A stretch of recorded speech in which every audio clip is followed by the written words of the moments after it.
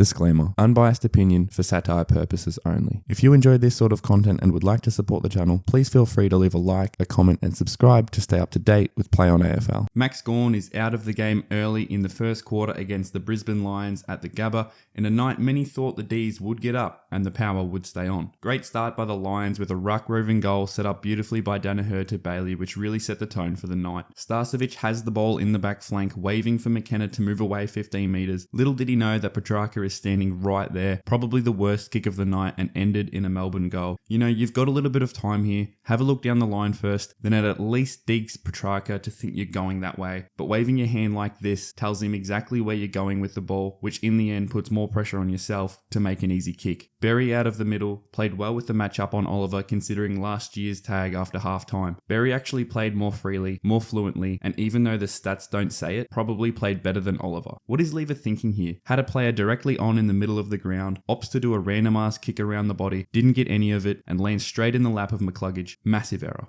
I think this is pretty obvious, self-explanatory, push in the back. I think McDonald didn't help himself by going sideways. You can milk these a little more, but even still, umpire, in my opinion, in the wrong. Have a look here, 2, 4, 6, 8 beers or so.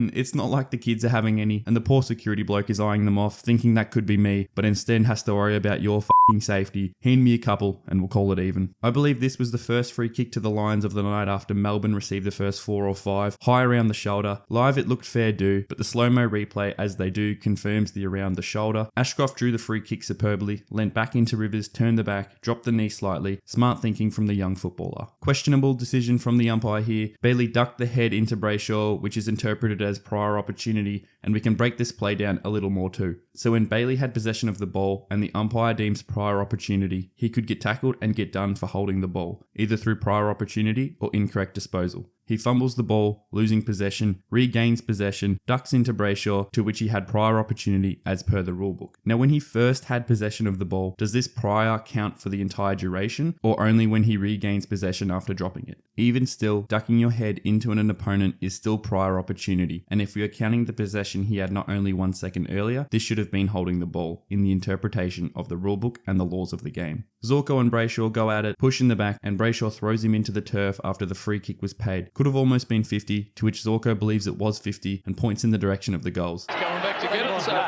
Holding the man here, Neil never had possession of the ball. Free kick should have been paid. Zorko somehow wins a one-on-one with Grundy. I'm as baffled as you are. I thought Neil had a left foot, winner of a Brownlow, and still can't kick on his left. Laughs about his mistake, which you would do, but again, you'd also have a left foot. This goal umpire must have been paid off by the Lions. The field umpire says, okay, and I reckon he's thinking, what the f*** are you on? Goal, I could just check it went goal side, didn't hit the post, or wasn't touched. Okay. Wow. Score review. Umpire's call is a goal.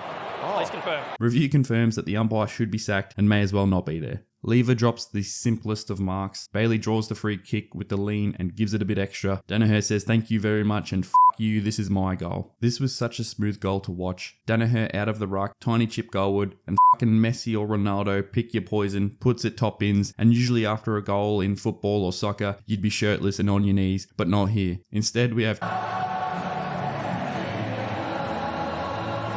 If this is a mark, then this is a mark. Again, Bailey with the head drop basically just stands still waiting to be tackled. I'd call it holding the ball, plenty of time to dispose of it. Fendoff holding the ball, incorrect disposal after the Ashcroft tackle, another one missed. Sparrow caught high, similar to the Ashcroft one in the second quarter, should have been paid, though Sparrow did milk it a little bit more than he needed to. Goodbye Petty, the poor f*** gets absolutely sold, and to add insult to injury comes up with a cramp. This is bad. This is not a high free kick at all. Just about all the same as Bailey's were. Ducked head, play on. I think this is a make-up call from some of the others the umpires have missed. Danaher is so annoyed. This mismatch, Hipwood had every chance to kick him the ball. He is literally looking down at the square and you cannot miss Danaher, the lanky f*** waving his hands about. And McVie, the second gamer, like, what is this? Gives him some slight, I don't even know, looking at him and touching his hip like an annoying bug. I don't know, I found this funny and I think McVie was thankful that Hipwood is blind. A goal scored nonetheless, and in the huddle, Danaher pushing Hipwood. Look for me. Alright? The fucking death stare to go with it. Absolutely brilliant play of the night. Hipwood squawking, he tripped me. Mummy, he tripped me.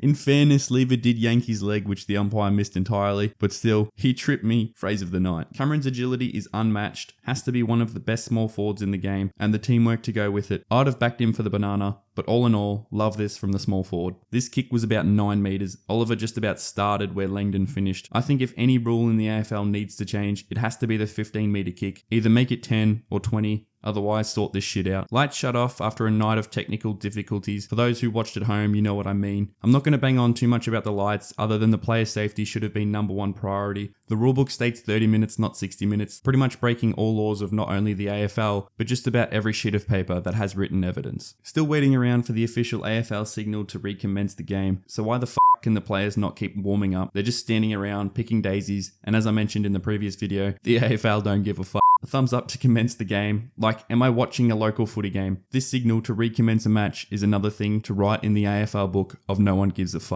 Chandler kicks a great goal from the boundary since the lights have come back on. It's been 3 goals to the Dees and 2 behinds to the Lions. Make that 4 goals since the restart, 18-point ball game with 2.5 minutes left. Brown kicks his 4th to get it back within 12, but not enough in the end. Melbourne did have a few chances late in the game after the lights came back on. It's been hard to talk about Melbourne's game. It just felt like they were never there all night, outclassed by the Lions. Of course, losing Gawn and May doesn't help, but I think a lot more people expected the Dees to come out blazing after thrashing the Dogs in round 1. Play on AFL. Things do better with fun and laughter. Leave a like, leave a comment, and subscribe to stay up to date with Play on AFL.